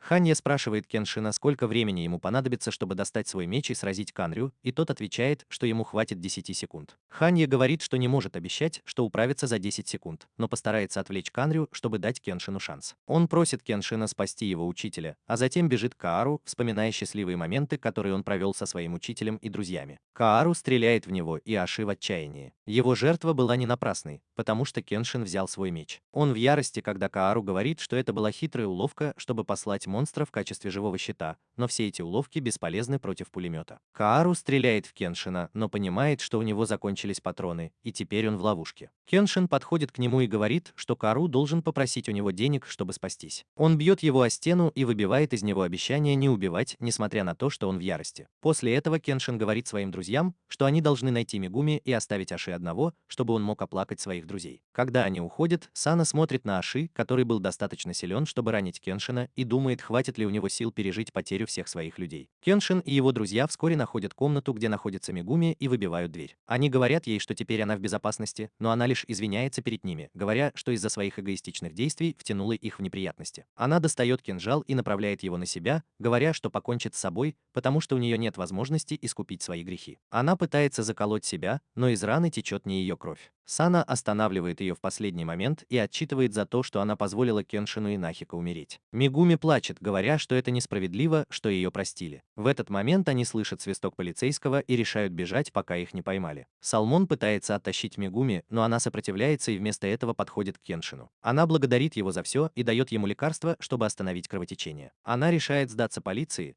хотя знает, что за изготовление наркотиков полагается смертная казнь. Она подходит к капитану полиции, и Канрю заявляет, что это она сделала все наркотики. Мегуми уже готова согласиться с его словами, когда вдруг за ее спиной появляется Кёншин и закрывает ей рот. Он говорит, что она просто врач, которую похитил Канрю и заставил делать наркотики. Кеншин заставляет своих друзей дать показания в его пользу, и пока они это делают, капитан полиции разрешает им взять Мегуми под стражу. Несмотря на то, что Канрю постоянно кричит, что ее нужно арестовать. После этого Мегуми спрашивает Кеншина, кто он такой, и он отвечает, что он убийца Манслайер Бацу. Он убил слишком много людей, и даже если он попытается искупить свои грехи смертью, это никому не поможет. Поэтому он живет, чтобы использовать свой меч, чтобы помогать другим и приносить им счастье. Мегуми ошеломлена, и тогда Кеншин просит ее стать врачом и спасти больше людей, чем она навредила. После этого Кеншин спрашивает капитана полиции об Аши, но тот никого похожего не видел. Он говорит, что нашли только 4 обезглавленных трупа, и Кеншин понимает, что Аши сбежал через потайной ход. Они находят выход из этого хода и видят Аши, держащего в руках головы своих 4 подчиненных. Все в ужасе от увиденного, и Сауна говорит ему, что это не его вина, и что его подчиненные погибли, чтобы он мог жить дальше. Но эти слова не действуют на него, и Кеншин говорит Аши, чтобы тот снова сразился с ним и заслужил звание сильнейшего, победив его. Он просит ниндзя написать это звание на могилах его людей, и Аши принимает вызов и убегает. После этого Кеншин и его друзья возвращаются домой, где их с нетерпением ждет Као. Она замечает, что Кеншин весь в ранах, но он говорит, что у нее тоже все пальцы в порезах, потому что она очень старалась приготовить им вкусную еду. Кайо не дает Яхика и Саноми немного вздремнуть и тащит их есть. Мегуми и Кеншин с радостью присоединяются к ним, и несмотря на то, что еда выглядит аппетитно, она все равно ужасно невкусная. Позже Мегуми уходит, поблагодарив Кеншина и Као за помощь и даже предложив ей стать ассистентом их постоянного врача. Перед уходом Мегуми говорит Кеншину, чтобы он приходил к ней, если ему когда-нибудь надоест корова, но он туп как пробка и не понимает, что она предлагает. Сана говорит Мегуми, чтобы она не дразнила глупую корову, и она просит его не ревновать так сильно. Она говорит Сана, что он должен стать настоящим мужчиной, как Кеншин, и тогда, возможно, она будет с ним встречаться, но он отказывается от этого предложения. Вскоре Яхика возобновляет тренировки, думая, сможет ли он когда-нибудь стать таким же сильным, как Кеншин, и овладеть стилем меча Кё. Он продолжает сбегать из дадзё, никому не говоря об этом, и Кеншин уверен, что он тайно тренируется. Као и Сана не согласны с ним, говоря, что он либо ленится, либо гуляет с какой-то девушкой. Пока Као и Сао спорят, кто из них прав, приходит Яхика и говорит, что они оба неправы. Кеншин спрашивает, куда он ходил, когда сбегал с тренировки, и Яхика отвечает, что он регулярно тренируется, и это никого не касается. Несколько дней спустя, когда Яхика снова сбегает из дадзё, Кеншин и остальные идут за ним, чтобы узнать, куда он направляется. Они идут в ресторан, где он обычно бывает, и Као самодовольно говорит, что была права насчет того, что Яхика убегает поесть и отдохнуть. Они заходят в ресторан, но мальчика там нет. Тогда они узнают от официантки, что Яхика подрабатывает здесь. Она говорит, что однажды он внезапно попросил работу и попросил ее никому об этом не говорить. Као удивляется, зачем ему это, а Сана думает, что это из-за симпатичной помощницы по имени Субом, но официантка говорит, что это не так, потому что Субом начала работать здесь уже после того, как Яхика устроился сюда. Неуклюжая девушка спотыкается, неся мешки с рисом, и Яхика поднимает их, отругав ее за то, что она плачет, и говорит, что лишний вес поможет ему натренировать нижнюю часть тела. Пока Кеншин и его друзья обедают, они задаются вопросом, почему этот парень работает здесь. В этот момент Субаи приходит принять заказ у посетителей, но пугается, увидев эту компанию. Их главарь говорит, что не может поприветствовать хозяина, и просит Субаи следовать за ним. Тем временем Якика делает перерыв и видит, как Субаи уводит. Девушка была шпионкой банды воров, и их главарь Микио попросил ее передать ему формы для ключей от ресторана. Она просит его не воровать, потому что он когда-то был вассалом сёгуна. Микио злится и бьет ее, говоря, что она не может ему приказывать, ведь она всего лишь служанка в его семье. Он говорит, что не будет заставлять ее работать на него, но ему нужны деньги, и он убьет всех в ресторане, чтобы их забрать. Девушка напугана и собирается отдать формы, но Нихика останавливает ее, спрашивая, не дура ли она, если верит этому парню. Он бросается вперед, говоря, что не позволит Микио сделать то, что он задумал, и Кеншин тоже подходит к ним. Люди Микио нападают на Яхико, но он побеждает их своим мечом. Он уверен, что сможет победить их, но Микио бросает палку ему под ноги, чтобы он упал. Люди окружают Яхика и начинают избивать его, но Кеншин просто наблюдает. Као ругает его, спрашивая, почему он не помогает Яхика, когда тот в беде, но Кеншин не дает ей вмешаться в бой Яхика. Он говорит, что мальчик никогда не станет сильнее, если его всегда будут защищать другие, и призывает Кё позволить ему пройти через это до конца. Яхика избивают, и девушке невыносимо на это смотреть, поэтому она отдает Микио формы для ключей, и он приказывает своим людям уйти. Субин плачет и извиняется, что втянула его в это, но Яхика говорит, что она его ни во что не втягивала, он сам решил вмешаться. Он говорит ей, чтобы она не волновалась, потому что он не даст бандитам разгромить магазин. Он уходит, решив не принимать помощь Кёншина и остальных, потому что это его битва. На следующий день Янкека создает тренировочное устройство, чтобы имитировать сражение с несколькими противниками одновременно, но Кайо говорит, что это не поможет. Яхика раздражен и бежит к Кеншину, прося научить его технике боя с несколькими противниками одновременно. Кеншин рассказывает ему старый трюк, притворяясь, что убегает от врагов, а затем побеждает их одного за другим, пока они пытаются его догнать. Яхика рад это слышать, но Кеншин говорит, что для этого нужна огромная сила ног и выносливость. Кавил тоже приходит и говорит, что когда он сражается на мечах ради кого-то другого, он ни в коем случае не должен проиграть. На следующую ночь Микио и его люди собираются напасть на ресторан, но внезапно появляется Яхика и убегает с запасными ключами. Они преследуют его и загоняют в угол в узком переулке. Они думают, что его легко победить, но Яхика специально заманил их сюда, чтобы устроить бой 1 на 1. Двое нападающих не могут одновременно пересечь улицу, и Яхика легко их побеждает. Когда они приходят по одному, то уже не представляют для него никакой проблемы. Микия понимает его план и приказывает своим людям измотать парня. Но тут внезапно на место происшествия приходят Кенсин и Сана и одним взглядом пугают приспешников. Они прячутся, чтобы Яхика их не заметил, и теперь парень может спокойно сражаться с главарем воров.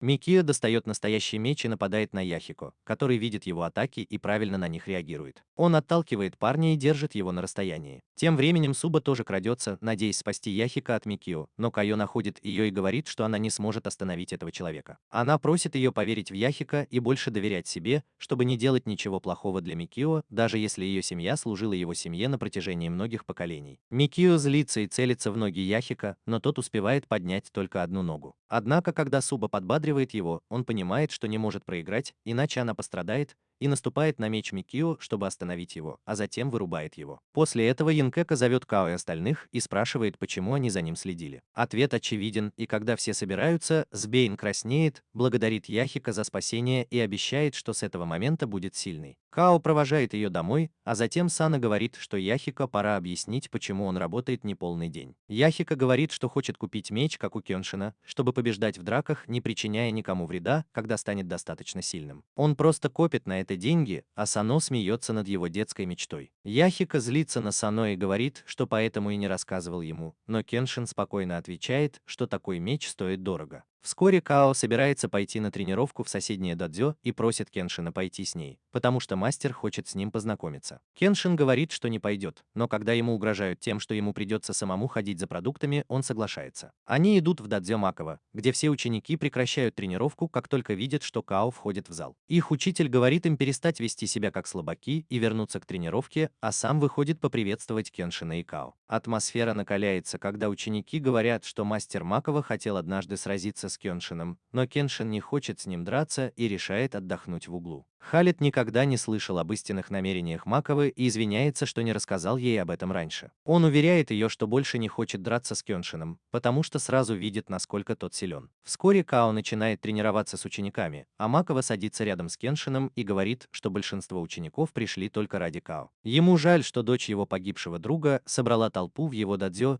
и он говорит, что из-за модернизации искусство фехтования приходит в упадок. Он рассказывает, что каждый день в дадзё приходили сильные воины, чтобы бросить вызов Макоо, но вдруг двери распахнулись, и в зал вошел огромный мужчина. Ученики пытались запретить ему входить в дадзё в обуви, но он просто отшвырнул их в сторону, как муравьев, и подошел к Макоо, чтобы вызвать его на поединок. Мужчина снял шляпу и представился как Райджу, человек, который беспокоится о будущем искусства владения мечом. Макоо понял, что этот человек действительно сильный соперник, и согласился сразиться с ним в 3 раундах. В этот момент ученик Райджу Юда подбежал с мечами и спросил своего учителя, каким мечом тот будет сражаться. Райджу сказал, что мастер хочет использовать бамбуковые мечи, и Юда рассмеялся, назвав его слабаком. Яхика ударил его, велев заткнуться, и они начали спорить. Райджу велел Юде заткнуться, а затем взял бамбуковый меч из дадзё, заявив, что использует только настоящие мечи. Поединок начался, Кайо был судьей. Макао показал свой боевой дух, но Райджу был намного быстрее и сломал ему плечо, прежде чем нанести последний удар по голове. Все беспокоились о Макао, и Кайо хотел вызвать врача, но Макао встал, сказав, что поединок еще не окончен. Он напал на Райджу, но тот вырубил его. Райджу схватил его и хотел перерезать ему горло сломанным бамбуковым мечом, хотя Кайо сказал, что бой окончен. Кэнсин остановил его, не дав убить старика,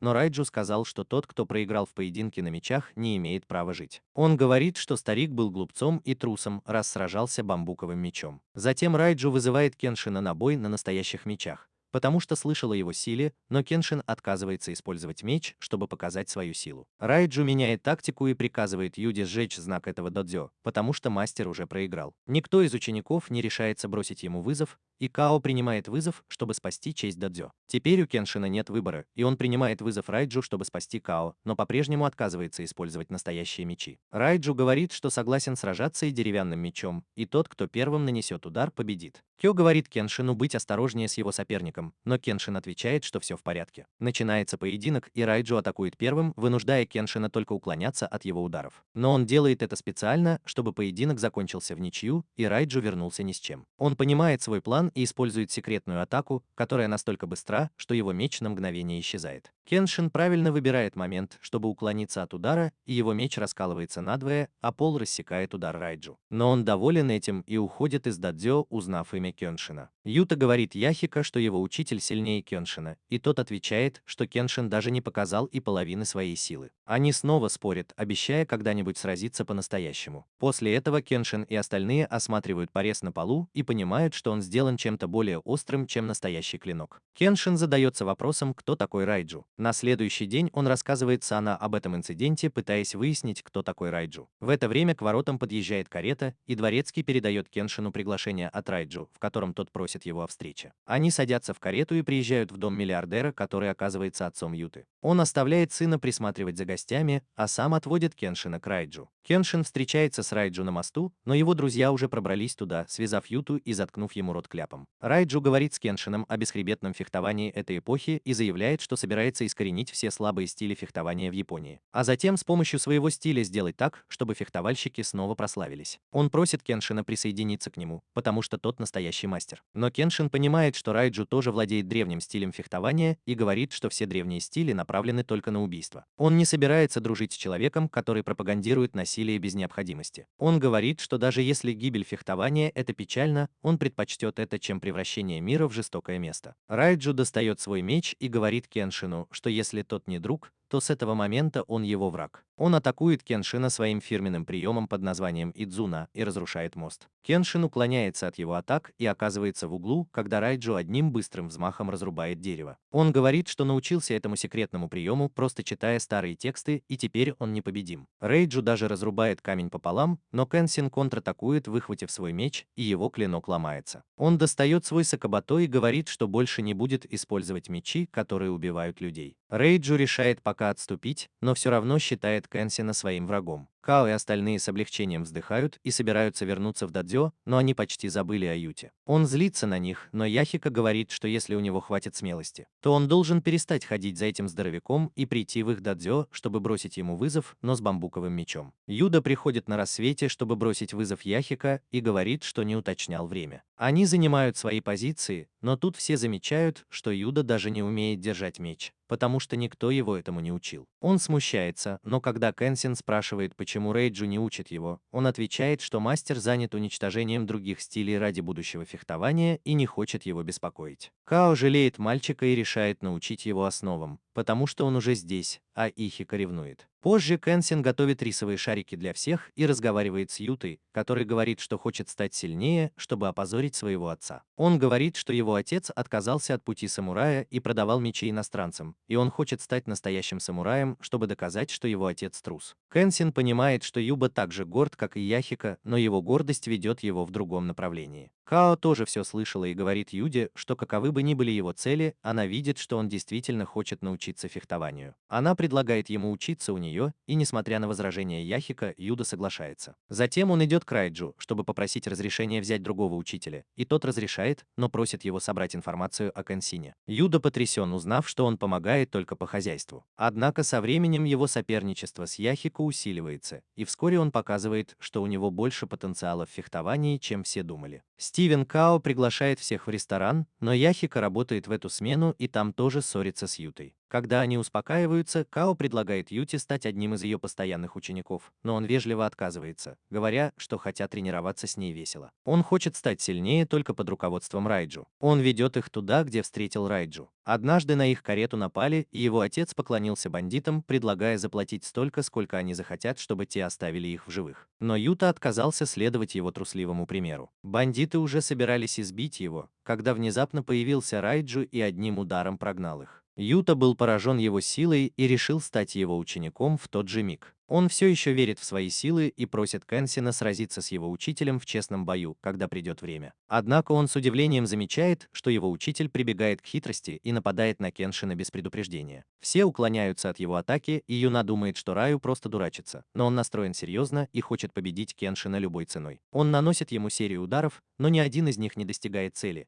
И даже когда он пытается ослепить Кеншина пылью, это бесполезно. Кеншин использует свой завершающий прием и бьет Раю по голове, и хотя тот получает урон, он не сдается. Он решает использовать свою сильнейшую атаку под названием «Ветряная коса» и наносит мощные удары по Кеншину, который вынужден защищаться, чтобы не задеть тех, кто стоит позади него. Но атака все равно достигает цели и ранит Юту, но Раю не обращает на него внимания, говоря, что этот слабак даже не был его учеником. Он держал его рядом только потому, что его отец был богат и финансировал его проект по возрождению искусства фехтования, и ему было все равно, что он его потерял. Юта в отчаянии, но Раю говорит, что сейчас его главная цель — победить Кеншина. Он снова готовится к бою, но Кеншин холодно смотрит на него и говорит, чтобы он очнулся, потому что он разберется с ним после того, как отвезет Юту в больницу. Они отвозят его к Мегуми и старику, которые говорят, что хотя жизнь мальчика вне опасности, его рука повреждена настолько, что он больше не сможет держать меч. Нихика приходит в ярость, узнав, что потерял своего единственного соперника, и просит врача вылечить его, но Макгин извиняется, говоря, что это невозможно. В этот момент они слышат, как что-то падает в комнате, и вбегают туда, чтобы увидеть, что Юда упал с кровати,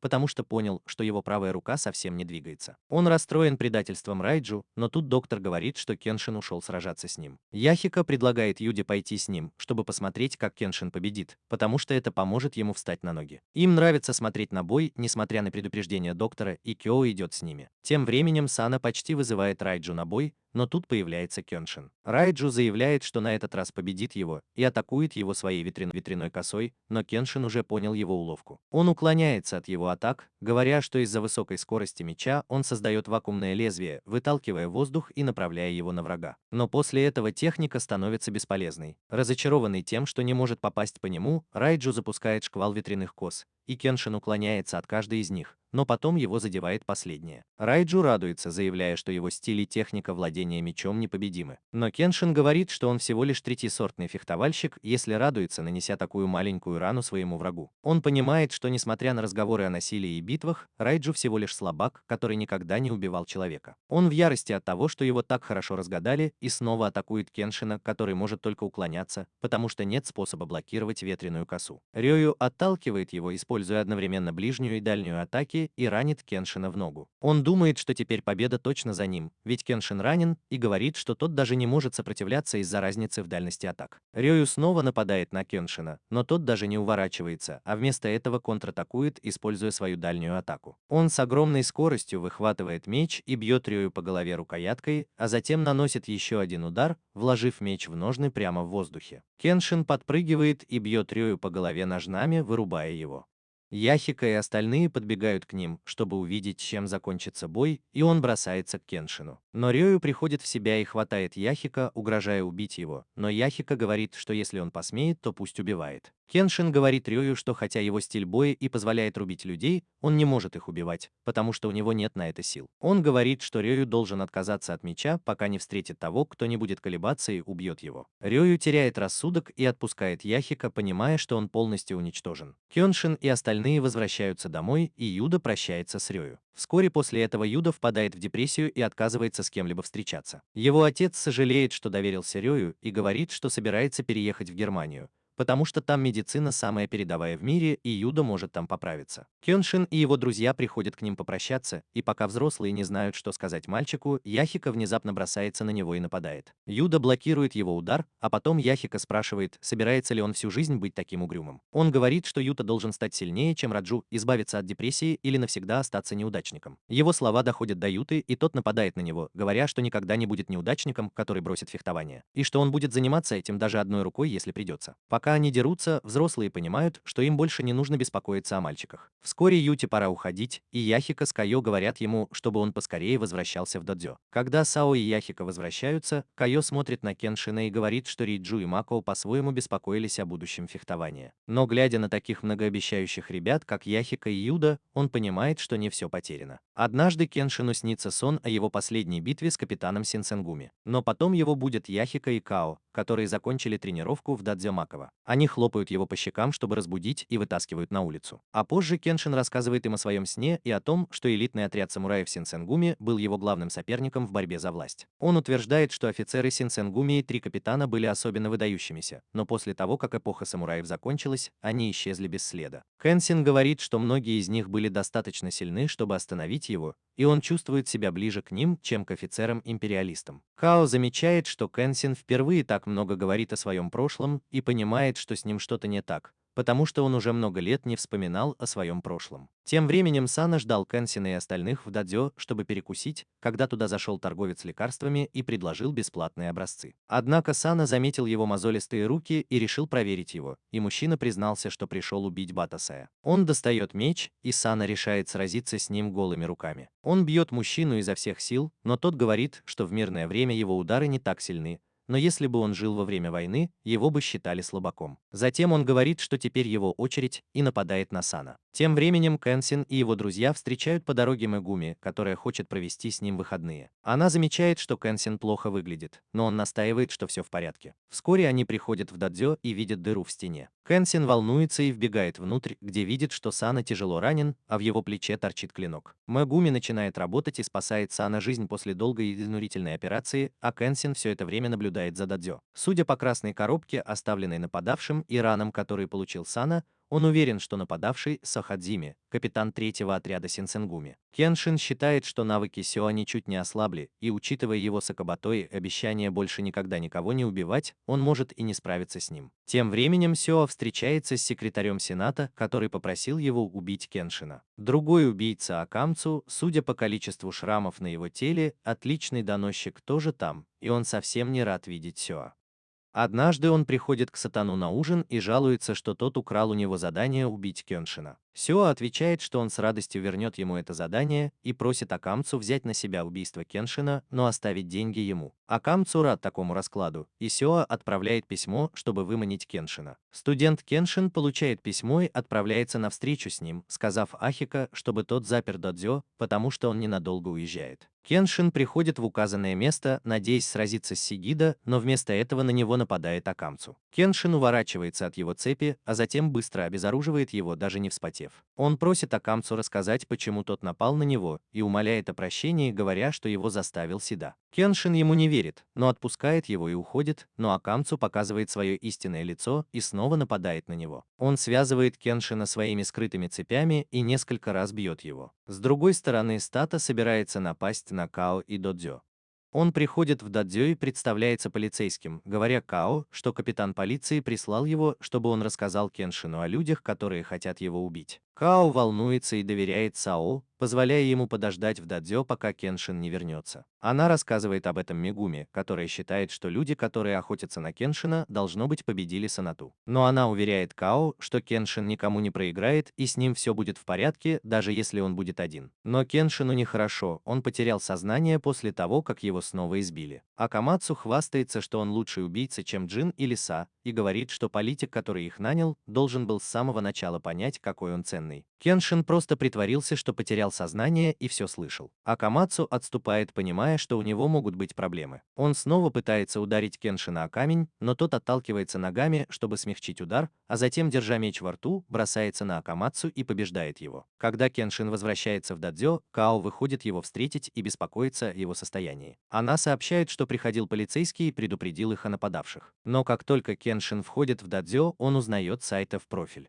Са приветствует его, говоря, что за последние десятилетия он стал намного слабее, а Кеншин отвечает, что он тоже, кажется, сгнил изнутри. Потому что, каким бы хитрым он ни был в прошлом, он никогда не прибегал к таким подлым методам, как посылать подчиненных на бой и брать людей в заложники. Кенсин отказывается признавать Саита самураем и начинает смеяться, говоря, что Кенсин еще более жалок, чем он, раз не может справиться с таким противником, как Акамацу. Кенсин не обращает внимания на его слова, потому что ему больше не нужна сила убийцы. И он заявляет, что доволен тем, что он странствующий самурай, который может защитить тех, кто ему дорог. Сетата отвечает, что у него нет сил даже на это. Он говорит Кенсину, что мог бы убить его друзей в любой момент, и что даже более слабые противники, такие как Джин и Рейдю, причинили боль тем, кто ему дорог. Сетата принимает боевую стойку и говорит, что убийца Батусы не может защитить людей, не убивая других. Он утверждает, что убийство тех, кого они считают злом, было единственным, что объединяло Синсенгуми и императорских мечников. И ему невыносимо видеть, как низко пал его старый враг. Услышав, что Кенсин по-прежнему не хочет никого убивать, Сигно меняет позицию и говорит ему напасть на него, чтобы он мог уничтожить все, что ему дорого. Кенсин подходит к нему, и Кёйл хватает его за рубашку, уверяя, что он должен сражаться в этой битве. Это не то, о чем она беспокоится, потому что чувствует, что после этой битвы Кенсин куда-то исчезнет. Со атакует его первым, и Кенсин отпрыгивает, чтобы увернуться от его быстрого выпада. Однако Са удается ранить его, пока он пытается контратаковать, а затем наносит еще один удар, чтобы рана Кенсина стала больше, прежде чем оттолкнуть его. Са снова принимает боевую стойку и атакует Кенсина своим фирменным ударом, который он оттачивал годами. Кенсин блокирует его атаку, но все равно проигрывает. Кёо бросается ему на помощь, но понимает, что Кеншин снова изменился. Она пытается защитить его от Седа, но Кеншин отталкивает ее в сторону, потому что хочет закончить бой. Сейгита тоже понимает, что Кеншин победил, потому что пробудил свои силы, и чем дольше он сражается, тем больше становится похож на себя прежнего.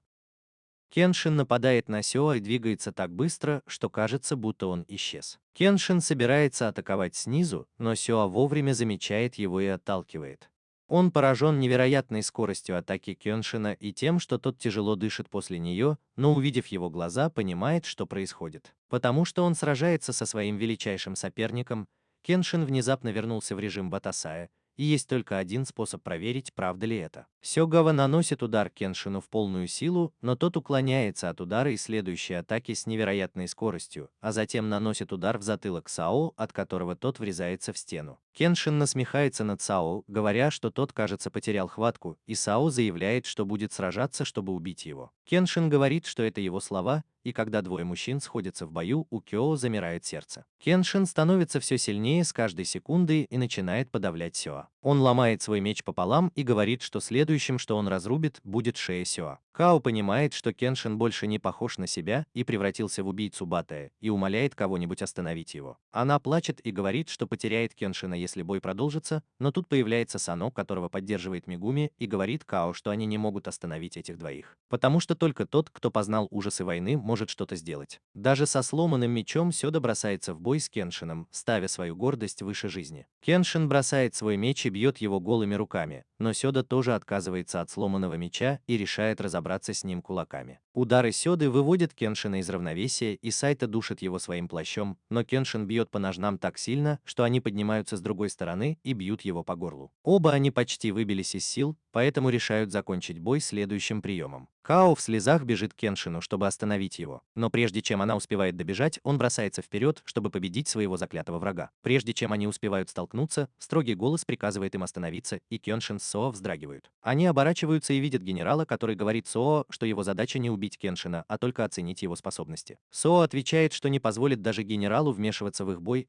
но из кареты выходит еще один человек, шокируя обоих самураев своим видом. Мужчина говорит Сёде, что не хочет, чтобы его жизнь или жизнь Кеншина закончились здесь напрасно, и Кеншин понимает, что он стоит за всем этим. Он называет бородатого мужчину бывшим революционером и нынешним министром внутренних дел Акуба Тошимити. Нигика спрашивает, почему все так удивлены, ведь Акуба влиятельный человек. И сама говорит ему, что Акуба единолично управляет японским правительством, и сейчас он самый могущественный человек. Сёга берет свое пальто и говорит, что теперь они не могут сражаться, поэтому он уходит, а Кеншин отвечает, что это счастливый день, когда Акуба спас ему жизнь. Когда он уходит, генерал кричит на Сёгу, и тот докладывает ему о своей миссии, утверждая, что Кеншин был бесполезен. Но Баду говорит, что он все еще силен. После этого Акуба просит Кеншина поговорить с ним наедине, но тот отказывается, пока не ведет своих друзей в курс дела. Затем он понимает, что все еще находится в режиме Сая и бьет себя, чтобы успокоиться. Као рада, что он вернулся, и бросается его обнимать, но делает это слишком резко и задевает раны Кеншина. Пока его друзья ухаживают за ним, Акуба и генерал решают согласиться на его условия, потому что им нужна его помощь. Он говорит Кеншину и его друзьям, что перейдет сразу к делу, и сообщает, что человек по имени Шиша снова начал действовать. Сана просит министра рассказать остальным, и Кеншин объясняет, что Макото Шишио может стать его преемником. Он занял его место после того, как Кеншин стал солдатом, но он никогда не покидал мир теней, и о нем мало кто знает. Кеншин спрашивает Акуба, как Шишио мог выжить, ведь он погиб на войне. А потом он узнает, что Шишио не погиб, а был убит империалистами. Но Куба говорит, что у Шишио был большой талант, но у него был сложный характер, который мог стать причиной проблем в будущем. Поэтому они убили его и даже сожгли его тело. Но несмотря на это, он оказался крепким орешком и выжил. Теперь он собрал под своим началом множество известных воинов и угрожает свергнуть правительство. Акуба просит Кеншина убить Шишио ради блага Японии, но его друзья не хотят, чтобы он снова стал убийцей. Акуба говорит Кеншину, что у него есть неделя на то, чтобы принять решение, и уходит. А Камцу, в свою очередь, рассказывает своему боссу, что министр внутренних дел лично приехал, чтобы остановить драку между Кеншином и Сао, и им нужно бежать, пока их не разоблачили. Но тут появляется Сао и сразу же убивает Акамцу, говоря боссу, что он следующий. Он заявляет, что работает на правительство и уничтожает таких коррумпированных людей, как он, которые наживаются на стране. Потому что, несмотря на то, что времена изменились, Шинсёнгуми будет бороться со злом, где бы оно ни было. Он убивает босса и спрашивает, какое решение примет Кеншин. Проходит неделя, и Кеншин беззаботно живет в дадзё. Настал день расплаты, и друзья спрашивают его, что он собирается делать. Сана не доверяет Акуба, но Кеншин доверяет и говорит, что если бы Акуба стал коррумпированным, Сао давно бы его убил. Потому что, несмотря на их разногласия, Сао верит в справедливость Кеншина. Затем Кеншин уходит один, чтобы встретиться с Акуба, сказав, что больше не хочет втягивать в это своих друзей. Кёо волнуется, но друзья уверяют ее, что Кеншин не оставит ее одну. Тем временем Акуба тоже направляется в дадзё, размышляя, как убедить Кеншина помочь ему победить Сисио. Однако посланный Сисио убийца убивает его, прежде чем сказать, что даже Кеншин ничего не сможет сделать против них. Совпадения складываются как пазл. Лев Тетрис и кучка недовольных самураев, которые планируют убить Акубу, останавливают его карету и обнаруживают, что он уже мертв. Они не видят, кто это сделал, и решают присвоить себе заслугу в его убийстве. Кеншин в ужасе узнает, что Акуба был убит, а подручный Сисио говорит ему, что если он хочет жить, то не должен противостоять своему боссу. Кеншин поворачивается к нему, но убийца уже исчез. После этого он идет в кабинет генерала вместе с Сёа и встречает министра, который последним видел Акубу живым. Министр рассказывает, что Акуба планировал перестроить Японию и превратить ее в настоящую демократию, и только такой великий человек, как он, мог довести дело до конца. Позже Сёо говорит Кеншину, что после того, как Япония потеряла своего величайшего лидера, остались только никчемные отбросы, которые не способны управлять страной. Поэтому он просит Кеншина поскорее принять решение. Ночью Кеншин возвращается в дадзё и говорит Као, что Сисио убил Акубу, и он не может оставить это безнаказанным. Он заявляет, что уйдет, чтобы разобраться с ним, и Као в отчаянии. Она спрашивает, убьет ли он Сисио, но Кеншин пока не уверен в этом. Но он уверен, что сколько бы он ни прожил мирной жизнью, в душе он останется убийцей. И чем дольше он здесь пробудет, тем больше будет подвергать опасности своих друзей. Кеншин говорит, что был по-настоящему счастлив, когда Кёо приняла его, несмотря на то, что знала о его прошлом. Она была слишком потрясена, чтобы говорить, а потом Кеншин обнял ее и поблагодарил за все, попрощавшись с ней.